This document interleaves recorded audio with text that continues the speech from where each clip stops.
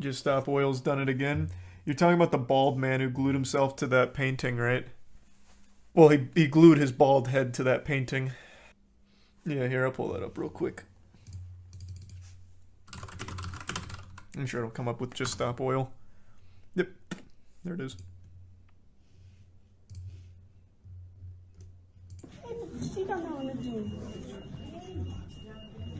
Another powerful moment.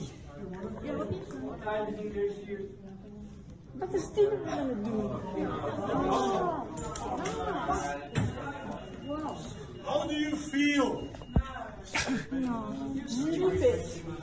How do you feel when you Thanks for see 5 gift subs, something Cody. beautiful, 3 sub fab. priceless being apparently And the destroyed bits, Cody. before your eyes? Thank you, Cody. Do you feel outraged? Good. This is just their latest protest against the oil companies and pollution. And once again, man, they're wasting food. He even mentions food shortages after wasting tomato sauce on his friend. Like, at least choose something that's not food. You're just being a hypocrite. The food shortage is too much! Give me another tomato sauce can. People are starving and hungry because of oil. Fucking 50th tomato can. It has you talking about it. Stupid, dumbass, shitty take. I keep seeing that attitude, man. Explain to me why it has to be food that they're wasting for this. I'll wait. On you, Dashi. Why does he have to waste food? Why do all their protests have to waste food when it directly conflicts with their messaging? One of their core tenets on their actual site is the oil and how it's like you have to choose between heating your house or eating. So why are you wasting food in your demonstration? Explain it to me, Dashi. It could be anything else. Why does it have to be food? And it also doesn't get anyone talking about their message. The only reason I talk about it is because I've looked into them so much. Anyone just watching this talks about how fucking silly and clownish it is. It's tomato paste, bro. You're just being picky. So you don't have a counterpoint. That doesn't say why it has to be food. Explain to me why it has to be food when it immediately conflicts with their message. It's hypocritical. You can admit that and still support them. Go ahead, do it. I want to see you say it. It is hypocritical. If you're talking about food shortages as a result of oil, why are you wasting food in your demonstration? It's hypocritical. Like, it just, like, flat out is. You can admit that and still support them. I have no problem with that. There could have, yeah, there could have been dirt. It could have been anything that's not food. Literally anything. It's a good message with the terrible, awful dog shit execution. Ah, there you go. I agree. Red paint would have been better. You had to really force that one out of you, huh? Is the paint oil-based? Couldn't tell you, but the super glue they use is. It's petroleum-based super glue. Yet another tick in the box of hypocritical nature. It's a fake org. Yeah, I know that's a little conspiratorial, but it is backed by an oil heiress, so there is merit to the claim that it's made to be stupid to devalue the message. And it certainly is working. It is devaluing the message, that's for sure, which is a real fucking shame. She comes from oil money, but is a climate activist. Yeah, she's big into philanthropy. Like, she from everything I've read, has spent a lot of her time as an adult, like, trying to do good. But it still is very weird to have an oil heiress be the one backing your Just Stop Oil movement. Especially when all of the demonstrations so far have made a laughingstock out of the entire org.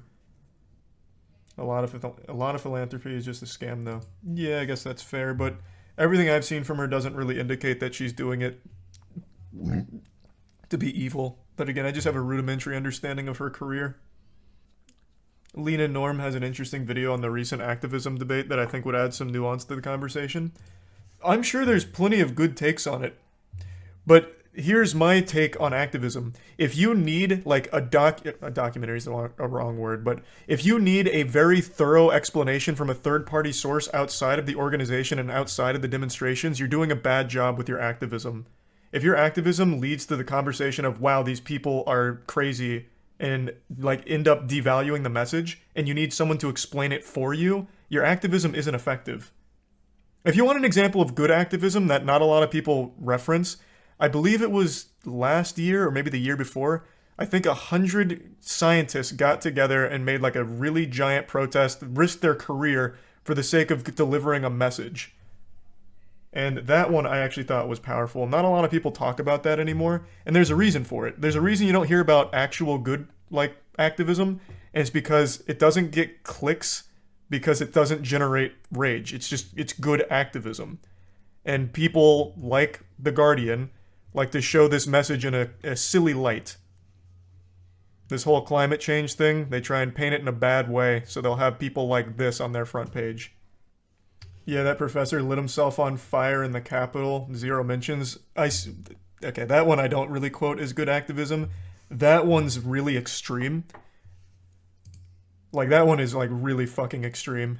I see why there wouldn't be a ton of mentions of that. That's not really behavior you want to encourage, of self-immolation for your beliefs. That's exactly why people do this kind of thing, though. It gets views.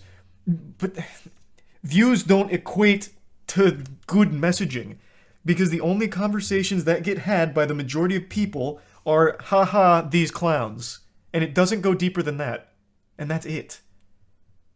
And then the media can spin it as, man, climate change activists are all fucking weird, huh? Look, here's another group of Looney Tunes going to an art museum and ruining it. Man, climate change attracts weirdos. It's bad for the message. If you have to have someone from a third party explain the message and give a good take on it, you've done a bad job with your activism. But they still get clout. Yeah, like I said, I feel like a lot of it's just for personal attention, at least with a couple of the people I've seen. For example, one of the protests, after supergluing their hand, they throw the thing right in the drain next to them, so actively polluting during their protest, right? So I feel like a lot of them just do it for attention.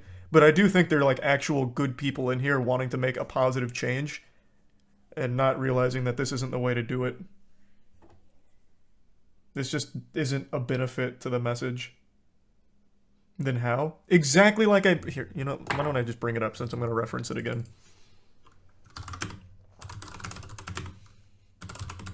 I'm sure it'll come up with this, right? Let's try that.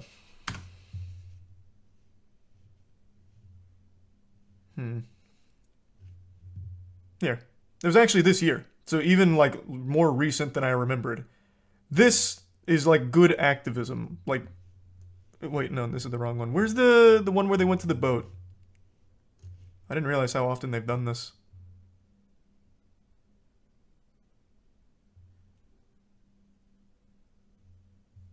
Did anyone remember that one? They do this all the time and it never gets attention. But that is a conversation. The people that see that then get the message and maybe support, as opposed to the soup throwing and super glue shit where they just laugh at you. You're not seeing a good turnover of people supporting the message. You're getting more eyes, but you're just getting laughed at. It's not more beneficial than this that didn't get as much attention. Media doesn't cover what you deem good, so it's less effective. Effective is not the right word. It doesn't get as many views. It doesn't mean it's less effective. If a video gets 100 views and all 100 people all sign up for my course, that's pretty good. And a video that gets 100,000 views and 50 people sign up for it is worse, even though there's more views. It's not a one-to-one example, but the point I'm making is even if it's not as talked about, if more people then sign on to your message after seeing it, that's better than more people seeing it and less engaging with the message. Mr. Beast with Team C's. That's a pretty decent example, I suppose, but it's not exactly like one-to-one.